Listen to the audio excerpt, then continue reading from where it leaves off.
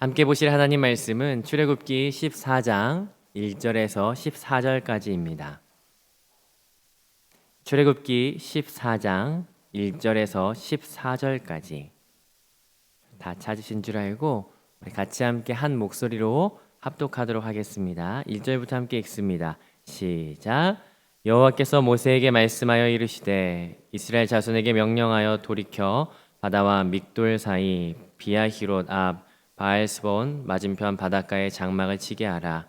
바로가 이스라엘 자손에 대하여 말하기를 그들이 그 땅에서 멀리 떠나 광야에 갇힌 바 되었다 하리라.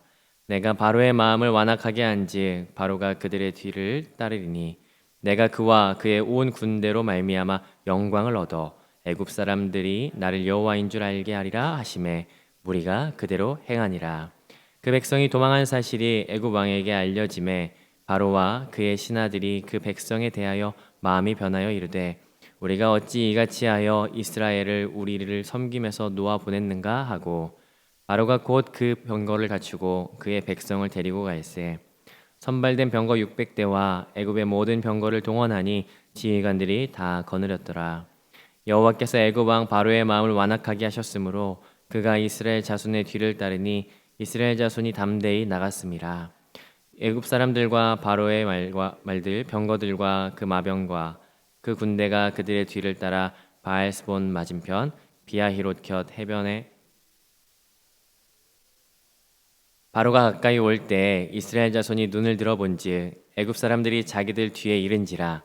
이스라엘 자손이 심히 두려워하여 여호와께 부르짖고 그들이 또 모세에게 이르되 애굽에 매장지가 없어서 당신이 우리를 이끌어내어 이 광야에서 죽게 하였느냐?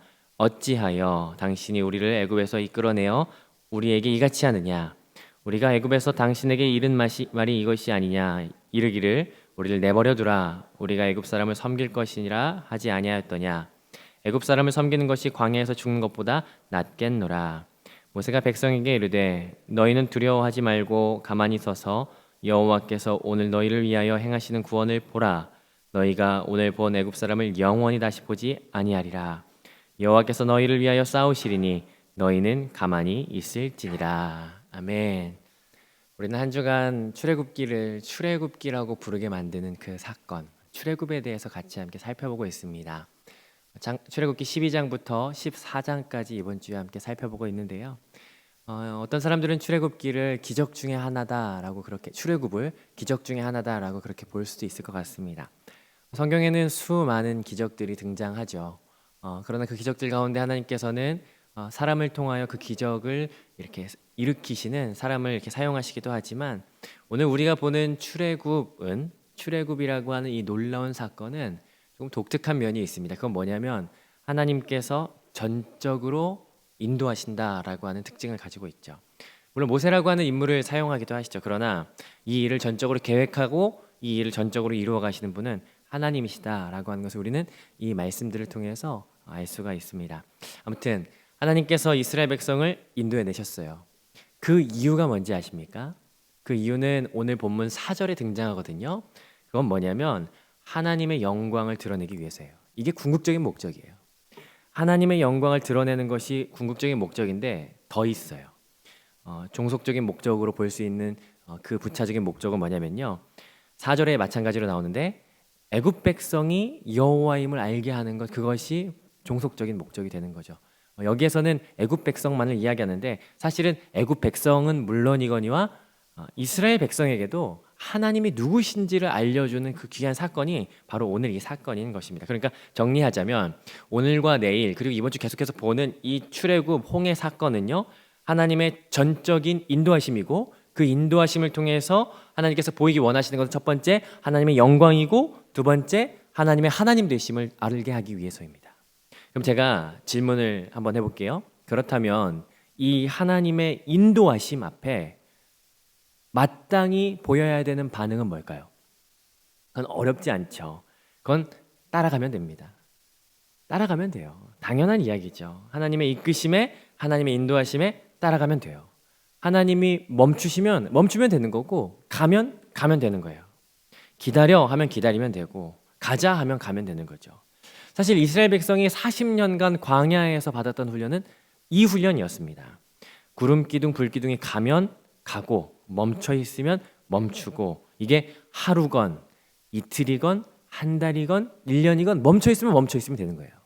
그럼 제가 질문 다시 해볼게요. 이게 쉬울까요? 어려울까요? 따라가는 건 뭐 그냥 따라간다고 치자면 기다리는 건 쉬울까요? 어려울까요? 이건 어렵죠. 굉장히 어려운 거죠.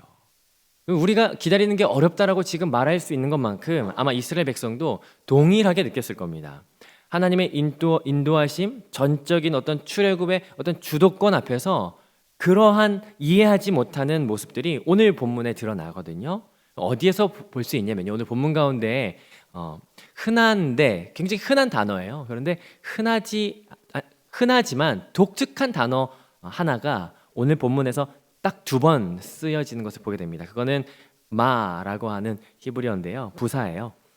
그게 하나는 애굽 사람에게 쓰이고요. 하나는 이스라엘 사람에게 쓰이거든요. 출애굽기 14장 5절과 11절인데 한번 읽어보면서 여러분들이 그게 뭔지 한번 동일하게 나오는 단어가 뭔지 찾아보시면 좋을 것 같아요. 5절과 11절을 같이 한 번에 읽어보도록 하겠습니다. 같이 함께 읽습니다. 시작. 그 백성이 도망한 사실이 애굽 왕에게 알려짐에 바로와 그의 신하들이 그 백성에 대하여 마음이 변하여 이르되 우리가 어찌 이같이 하여 이스라엘을 우리를 섬기면서 놓아 보냈는가 하고 11절입니다. 시작. 그들이 또 모세에게 이르되 애굽에 매장지가 없어서 당신이 우리를 이끌어내어 이 광야에서 죽게 하느냐 어찌하여 당신이 우리를 애굽에서 이끌어내어 우리에게 이같이 하느냐. 자, 뭔지 찾으셨습니까? 그건 어찌하여라고 하는 부사입니다. 어찌하여라고 하는 말을 여러분 언제 쓰죠? 일어난 일에 대해서 회의적일 때, 부정적일 때 이 말을 쓰죠. 어째서 이 일이 된 거지? 어찌하여 이렇게 된 거야? 왜? 어째서 이렇게 된 거야? 라고 하면서 이게 부정적인 반응을 보일 때 이러한 단어를 쓰죠. 오늘 본문은 하나님의 전적인 인도하심이라고 말씀을 드렸어요. 그런데 하나님의 전적인 인도하심인데 왜 이러한 부정적인 반응이 등장하는지, 그리고 이 부정적인 반응이 아니라 우리가 보여야 되는 반응은 무엇인지에 대해서 이 방향성을 가지고 함께 말씀을 살펴보면 좋을 것 같습니다. 오늘 매일 성경은 본문을 2단락으로 나눴어요. 저는 어찌하여라고 하는 이 단어를 조금 더 부각시키기 위해서 매일 성경 뒷단락은 그대로 두고요. 앞에 단락을 둘로 나눠가지고 3단락으로 같이 한번 살펴보면 좋을 것 같습니다. 1절부터 4절, 5절부터 9절, 10절부터 14절까지로 함께 이 3단락을 통해서 살펴보면 좋을 것 같습니다. 그러면 먼저 첫 번째 단락을 한번 같이 살펴보도록 하겠습니다. 자, 첫 번째 어찌하여라고 하는 단어가 등장하는 곳은 5절이에요. 5절에서 바로가 야 우리가 어째서 이스라엘 보낸 거지? 라고 하면서 후회하고 있어요. 그 후회하는 그 대답, 그에 대한 대답, 어째서 우리가 이 이스라엘 보냈지? 라고 하는 그에 대한 대답은 우리가 뭐라고 대답해 줄 수 있을까요? 그건 하나님께서 인도하셨기 때문이다 라고 그렇게 대답할 수가 있겠죠. 앞에서도 마찬가지였지만 이 14장 안에서도 놓치지 말아야 되는 그건 뭐냐면 하나님의 인도하심이라고 하는 그 시각입니다. 그 시각이 오늘 1절부터 4절까지 이 첫 번째 단락에 들어가 있어요. 이 단락의 핵심으로 들어가 있는데 이 1절부터 4절까지는요. 이 14장 전체를 아우르는 이 핵심입니다. 그래서 오늘 이 원인이 여기 있는데요. 함께 살펴보면 좋을 것 같아요. 1절과 2절을 같이 한번 읽어보겠습니다. 시작. 여호와께서 모세에게 말씀하여 이르시되 이스라엘 자손에게 명령하여 돌이켜 바다와 믹돌 사이 비아히롯 앞 곧 바알스본 맞은편 바닷가에 장막을 치게 하라. 단어도 어렵죠. 하나님께서 뭐라고 말씀하세요? 뭐라고 명령하십니까? 바다와 믹돌 사이에 있는 비아히롯 앞에 너희 장막을 쳐라. 거기 바알스본 맞은편 바닷가 맞은편이거든. 그냥 거기에 장막을 쳐라라고 하나님께서 명령하세요. 이 명령이 자칫 아무것도 아닌 것 같은데 사실 이 믹돌 그리고 비아히롯 바알스본 맞은편 여기는요. 정확하게 어딘지 사실은 잘 모릅니다. 그런데 이게 뭘 의미하는지 알 수 있는 단어가 하나 있어요. 그건 뭐냐면 돌이켜라고 하는 단어입니다. 돌이켜라고 하는 단어를 이 세번역에서는 뭐라고 표현했냐면 오던 길을 되돌아가서라고 표현을 했어요. 이렇게 하면 우리가 훨씬 쉽게 이해할 수가 있어요. 지금 출애굽기 13장 20절에 보면은 이스라엘 백성이 어디에 장막을 쳤냐면 에담에 장막을 쳤어요. 진을 쳤거든요. 근데 거기에서 오던 길을 되돌아가서라고 하니까 지금 여기 비아히롯 앞은 에담보다는 조금 더 애굽에 가까운 곳으로 더 가서 돌아가서 장막을 쳤구나라고 하는 것을 우리가 알 수 있는 거죠. 왜 이런 명령을 내리셨을까요? 이거는 마치 가다가 후퇴해라라고 하는 말과 동일한 말이거든요. 왜 이런 명령을 내리셨을까요? 그건 3절이에요. 이건 하나님의 계획이거든요. 3절인데 3절을 살펴보면요. 하나님의 계획이 무엇입니까? 바로가 지금 이스라엘 백성이 갔다가 다시 되돌아오는 걸 보고 바로가 생각할 거라는 거예요. 아, 얘네가 지금 방황하고 있구나. 3절 표현에 의하면 광야에 갇혔구나. 다른 이 표현을 광야에 갇혔구나라고 하는 것을 직역하면요. 광야가 얘네를 가뒀구나라고 바로가 생각할 거라는 거예요. 광야가 이들을 가뒀다라고 하는 표현을 어떤 종교적인 개념으로 해석한다면요. 야, 쟤네 신은 광야의 신 앞에서 힘을 못 쓰는구나. 야, 쟤네 하나님이 지금 저 광야에서 힘을 못 쓰니까 쟤네 지금 광야에 갇힌 거야. 아니면 야, 하나님이 쟤네 버렸구나라고 하는 것으로 지금 바로가 생각할 거라는 거예요. 그렇지만 이것은 하나님의 계획이었죠. 그 계획이 뭡니까? 하나님께서 이를 통해서 이루고자 하시는 건 뭐냐면 4절에 등장하는데요. 그 군대를 완전히 물리치고자 하는 거예요. 그 목적은, 궁극적인 목적은 하나님의 영광이고, 그리고 그의 종속적인 목적은 하나님 되심을 드러나게 하는 것. 그것을 위하여 그 군대를 물리치고자 하는 하나님의 계획이 여기에 있는 거예요. 하나님의 인도하심의 방법이죠. 아니나 다를까 두 번째 단락을 살펴보면요. 두 번째 단락을 보니까 바로의 군대가 이들을 추격합니다. 5절부터 9절까지예요. 그 원인은 당연히 하나님께서 이스라엘 백성을 인도하셨다라고 하는 그 이유 때문에 바로가 추격을 하는데, 그 인도하심 앞에 5절에서 바로가 뭐라고 이야기하냐면요. 어찌하여 라고 하면서 후회하는 거예요. 하나님의 그 거대한 인도하심 앞에 지금 바로라고 하는 이들이 어찌하여 라고 하면서 후회하는 모습을 보는 거예요. 어째서 우리가 얘들 보내줬지? 뒤늦게 후회하는 거죠. 그러다가 왜 우리가 그들을 보내줬지라고 하는 그 생각이 듦과 동시에 조금 전에 이 내용을 듣게 되었을 겁니다. 뭐라고 들었을 거예요? 야, 광야가 이스라엘을 가뒀다. 광야가 이스라엘을 가뒀어 방황한다라고 하는 그 소식을 들었기 때문에 바로는 가만히 있을 이유가 없습니다. 출정하는 거예요. 그래서 출정하는데 6절 읽어보겠습니다. 6절이에요. 시작. 바로가 곧 그의 병거를 갖추고 그의 백성을 데리고 갈새. 바로가 병거를 갖추고 백성이라고 하는데 여기는 군대입니다. 군대를 데리고 출정하는 거예요. 그리고 조금 아래쪽에 10절 앞부분 보겠습니까? 바로가 다가오고 있어요. 그리고 9절 후반부에 보니까 장막 친 데까지 가까이 왔어요. 지금 바로가 출전하였다라고 하는 사건이 지금 6절과 10절 초반부, 9절 후반부에 등장하고 있어요. 그런데 그 출전한 바로가 어떠한 전열을 갖추고 어떠한 모습을 가지고 다가오는지 하고 보여주는 절이 있는데 7절과 9절이거든요. 7절과 9절 우리 한번 같이 읽어보시겠습니까? 7절 9절 연거퍼서 읽습니다. 시작. 선발된 병거 600대와 애굽의 모든 병거를 동원하니 지휘관들이 다 거느렸더라. 9절입니다. 애굽 사람들과 바로의 말들 병거들과 그 마병과 그 군대가 그들의 뒤를 따라 바알스본 맞은편 비아히롯 해변 그들이 장막 친 데까지 미치니라. 7절에 보니까 선발된 병거 600대라고 하고 있어요. 이거는 선발되다, 특수한 부대를 말하는 거예요. 특수부대, 그러니까 마병 부대 중에 특수부대로 훈련된 부대 600대를 말하는 거예요. 7절을 좀 더 분해해보면 그 병거는요 3명이 탈 수 있는 병거예요. 그 중에 한 명, 셋 중에 한 명이 지휘관이죠. 그러니까 독립적인 전투가 가능하고 3명이 탈 수 있는 거대한 큰 어떠한 병거, 그 병거가 몇 대예요? 600대라고 이야기하고 있어요. 그리고 7절에 그 병거 600대와 모든 병거라고 말해요. 이 모든이라고 하는 애굽에 있는 모든 병거가 다 총출동한 거예요.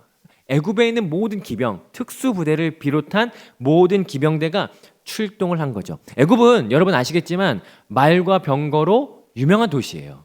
왜냐하면 신명기 17장에 보면 야 너희 병마, 마병을 얻으려고 애굽으로 내려가지 마라 라고 하나님께서 말씀하시거든요. 그 말씀을 통해서 알 수 있는 건 뭐예요? 애굽은 병마로, 마병으로 아주 유명한 도시라는 거예요. 그리고 9절, 우리가 9절도 읽었었는데 9절에서 생략된 단어가 있어요. 바로 다음에 생략된 단어가 뭐냐면 모든이라는 단어예요. 그러니까 바로가 모든 군대를 이끌고 모든 군대, 모든 말들, 모든 병거, 모든 마병, 모든 군대를 총출동해서 지금 출정한 겁니다. 그러니까 바로가 지금 얼마나 독을 품고 지금 바로가 이들을 향해서 얼마나 많은 군사들과 함께 추격하는지를 우리는 볼 수 있는 겁니다. 그러니 이 상황에서 떨지 않을 사람이 누가 있겠습니까? 하나님께 비명을 안 지를 사람이 어디 있는 거예요? 어디 있냐라는 거예요. 그런데 오늘 성경이 이 내용을 보여주는데 굉장히 재밌는 구조로 보여주거든요. 6절과 9절과 10절에서 병거가 출정을 했다라고 말하고 있고 7절과 9절에서 야, 그 병거가 어떻게 생겼는지 알아? 굉장히 강력하고 특수하고 바로의 모든 군대야 라고 하면서 그 병거를 형용하고 있고요. 그리고 이 문단의 중심에서 그러면 그 병거가 얼마나 위력적인지가 나타나야 되는 어떤 샌드위치 구조로서 지금 이 모습을 보여주고 있는데 8절에서는 아이러니하게도 어떠한 모습이 나타나냐면요. 하나님의 인도하심이 등장하는 거예요. 8절 같이 한번 읽어보시겠습니까? 8절 같이 읽습니다. 시작. 여호와께서 애굽 왕 바로의 마음을 완악하게 하셨으므로 그가 이스라엘 자손의 뒤를 따르니 이스라엘 자손이 담대히 나갔습니다. 야, 바로가 출정한 거 그거 뭔지 알아? 야, 바로가 강력한 군대 이끌고 오지? 그런데 그거 진짜 본질은 뭔지 알아? 그거 하나님이 간섭하신 거야. 하나님의 손에 있는 거야. 야, 그런데 이스라엘 백성들 당당하게 걸어가잖아. 이스라엘 백성에게는 아무런 해가 없을 거야 라고 하나님께서 여기에서 말씀하고 계시는 거예요. 그리고 조금만 더 생각해 봐도 알아요. 지금 이스라엘 백성이 여기 광야를 거쳐가는 이 지점, 이 포인트를 거쳐가는 이유가 뭔지 조금만 생각해 보면 알아요.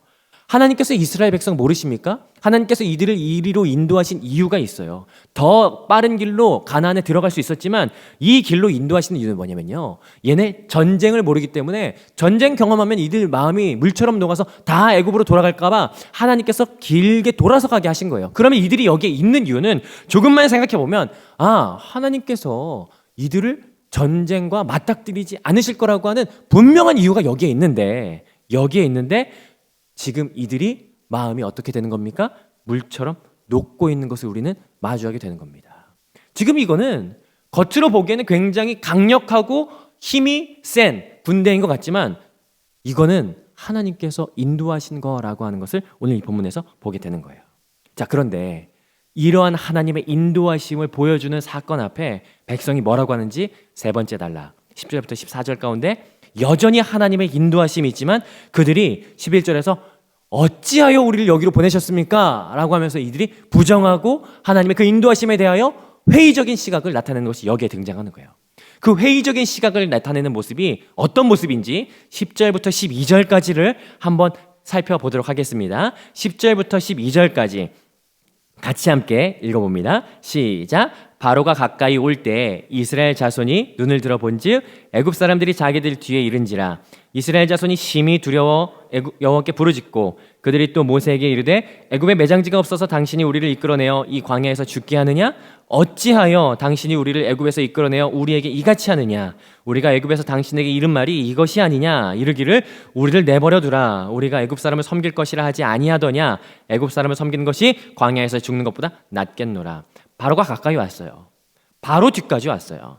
사실 이것이 하나님의 인도하심이라고 물론 우리가 머리로 이해할 수 있겠지만 당장 그 가운데 있었을 때 마음이 사실은 불안하고 무서웠을 거예요. 이스라엘의 이런 어찌하여 라고 하는 이 반응이 당연했을지도 모릅니다. 그러나 오늘 이 이스라엘의 반응은 조금 더 적나라하고 조금 더 과감한 것을 보게 됩니다. 이 이스라엘 백성들이 어찌하여 라고 하면서 보이는 모습이 세 가지로 보여지고 있거든요. 그 첫 번째 뭐냐면 10절 심히 두려워하는 거예요. 심히 두려워하는 것이 그냥 단순히 무서워 이게 아니라 정말 막 사시나무 떨듯이 굉장히 두려워하는 것을 보여주게 되는 거예요. 두 번째 여호와께 부르짖고 있어요. 10절인데요. 여호와께 부르짖습니다. 여기서 부르짖다라고 하는 말은 비명을 지른다라고 하는 말이에요. 왜? 막 이러면서 비명을 지르는 거예요. 하나님께 대하여 물론 그 대상이 하나님이긴 하지만 비명을 지르고 있어요. 세 번째는요. 11절과 12절에 나타나는데요. 불평을 하고 있어요. 불평.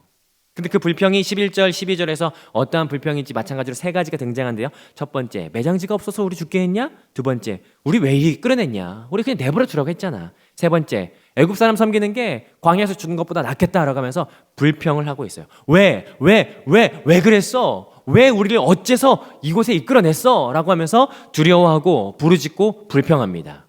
이 세 가지로 이스라엘 백성의 마음이 불편하고 어찌하여 라고 하는 이 표현 앞에 하나님께서 모세의 입을 통하여 하나님께서 말씀하시는 거죠. 사실 이것은 하나님의 계획이었어요. 하나님의 영광을 나타내는 것이고 하나님이 누구신지를 알려고 하시는 하나님의 계획이었어요. 그러기 위해서 바로의 마음에 하나님께서 간섭하셨고 그들이 내 백성을 쫓아올 수 있도록 하나님께서는 기다리신 거예요.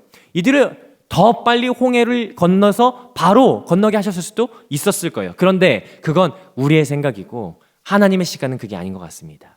하나님께서는 마치 의도적으로 지금 바로를 기다리고 계신 것 같아요. 그러나 하나님의 그 기다리심 앞에 백성들은 두려워하고 비명을 지르고 불평하는 모습을 보이게 되는 거예요. 그러니 하나님께서는 모세의 입술을 통하여 하나님의 어떠하심에 대하여 하나님께서 이 일을 어떻게 이끌어 나가실 것인지 말씀하시는 거죠. 그게 바로 13절입니다. 13절 같이 한번 읽어보겠습니다. 시작. 모세가 백성에게 이르되 너희는 두려워하지 말고 가만히 서서 여호와께서 오늘 너희를 위하여 행하시는 구원을 보라. 너희가 오늘 본 애굽 사람을 영원히 다시 보지 아니하리라. 야, 너희 심히 두려워하고 있냐? 너무 두려워하지 마. 너희 두려워하지 마. 야, 너희 비명 지르면서 소리 지르고 있냐? 너희 가만히 서서 가만히 서 있어. 여기 가만히 서다라고 하는 말은 14절에 한 번 더 나오거든요. 이 가만히 서다라고 하는 말은 몇 가지 의미로 담을 수 있지만 1차적인 해석은요. 야, 너희 아무 말도 하지 마. 야, 너희 비명 지르고 있냐? 너희 아무 말도 하지 마. 야, 그리고 너희 불평 쏟아놓았냐? 야, 말보다는 보는 게 낫지. 봐라 라고 하면서 오늘 세 번째 하나님께서 말씀하신 거예요. 하나님께서 우리에게 요구하시는 게 그 세 가지예요. 두려워하지 마. 너희 가만히 서서. 그리고 봐라. 세 가지를 말씀하세요. 봐라. 뭘 보라고 하는 거예요? 하나님이 행하는 구원을 보라라고 하는 거예요. 두려워하지 마. 아무 말도 하지 마. 그리고 봐. 그리고 이 내용을요. 하나님께서 내일 본문에서 신실하게 이 약속을 지켜내시는 것을 보게 되는 거죠. 오늘 이 본문을 살펴보았어요. 말씀을 정리하면서 하나님께서는요. 그분의 완전하심으로 하나님 그 완전하심으로 이스라엘 백성을 인도해 내십니다. 그 어느 것도 가감할 수 없는 그 완전한 구원이에요. 그 구원은 목적이 있어요. 하나님의 영광을 드러낼 것이고요. 하나님이 누구신지 하나님 되심이 드러나게 될 것입니다. 그러나 우리는 종종 하나님의 그 계획과 하나님의 인도하심 앞에 마치 이스라엘 백성이 어찌하여 라고 탄식하는 듯이 내 생각을 앞세울 때가 참 많이 있어요. 하나님 때를 기다리고 계세요. 바로를 기다리고 계신 거예요. 마치 바로가 더 가까이 올 때까지 하나님의 그 계획 가운데 기다리고 계신데 그래서 이스라엘 백성을 왔던 길로 되돌아가게 만들기도 하고 바로 뒤쫓아올 때까지 기다리고 계신데 그 하나님의 시간을 기다리고 계신데 이스라엘 백성은 그것을 기다리지 못하고 두려워하고 소리를 지르고 불평하는 것을 보게 되는 것이죠. 여러분, 그렇다면 우리가 이 말씀을 통해서 같이 좀 마음을 정하지 않으시겠습니까? 하나님의 계획하심과 하나님의 인도하심이 있어요. 우리의 삶 가운데 하나님의 인도하심이 있어요. 우리의 삶 가운데 하나님께서 우리를 이끌어내셔서 하나님의 계획하심이 우리의 삶 가운데 펼쳐져 있어요. 그렇다면 우리가 해야 될 건요. 두려워하는 것이 아니라 두려워하지 않는 것이 우리 가운데 필요하다는 거예요. 그 하나님의 인도하심 앞에 소리를 지르며 우리의 불만을 토로하는 것이 아니라 잠잠히 서서 우리 일주일 동안 찬양하잖아요. 나의 영혼이 잠잠히 하나님만 바라며 잠잠히 그 하나님의 신뢰함으로 가만히 서서 기다리는 거예요. 그리고 하나님의 구원을 보게 될 그날을 기다리는 것이죠. 하나님 어떤 분인지 아십니까? 우리는 이렇게 조급하지만 하나님은요. 어떤 분이시냐면요. 하나님 거짓말하는 분이 아니세요. 그렇기 때문에 우리가 불평하지 않을 수 있어요. 우리가 불안해하지 않을 수 있어요. 우리가 소리 지르지 않을 이유가 여기에 있는 거예요. 하나님 거짓말하지 않는 분이세요. 하나님 어떤 분인지 아십니까? 하나님 후회하는 분이 아니세요. 하나님께서 말씀하신 바는 반드시 행하는 분이시고요. 하나님은 인도하시겠다라고 하셨으면 반드시 인도하시는 분이 바로 하나님이십니다. 민수기 23장 19절이거든요. 제가 읽어드릴게요. 하나님은 사람이 아니시니 거짓말을 하지 않으시고 인생이 아니시니 후회가 없으시도다. 어찌 말씀하신 바를 행하지 않으시며 하신 말씀을 실행하지 않으시랴. 여러분, 그렇기 때문에 오늘 이 아침에 우리가 하나님 의지하기로 마음을 정하지 않으시겠습니까? 하나님의 선하신 그 인도하심 앞에 우리의 주도권을 내어 맡겨드리는 거예요. 하나님, 오늘도 나를 인도하여 주옵소서. 그 마음의 자세, 그 자세로 우리가 하나님을 의지하는 것이 오늘 우리 가운데 필요하다는 것이죠. 오늘 그 하나님을 의지하는 그 의지가 저와 여러분 가운데 오늘 하루의 삶 가운데 있기를 주님의 이름으로 축복합니다.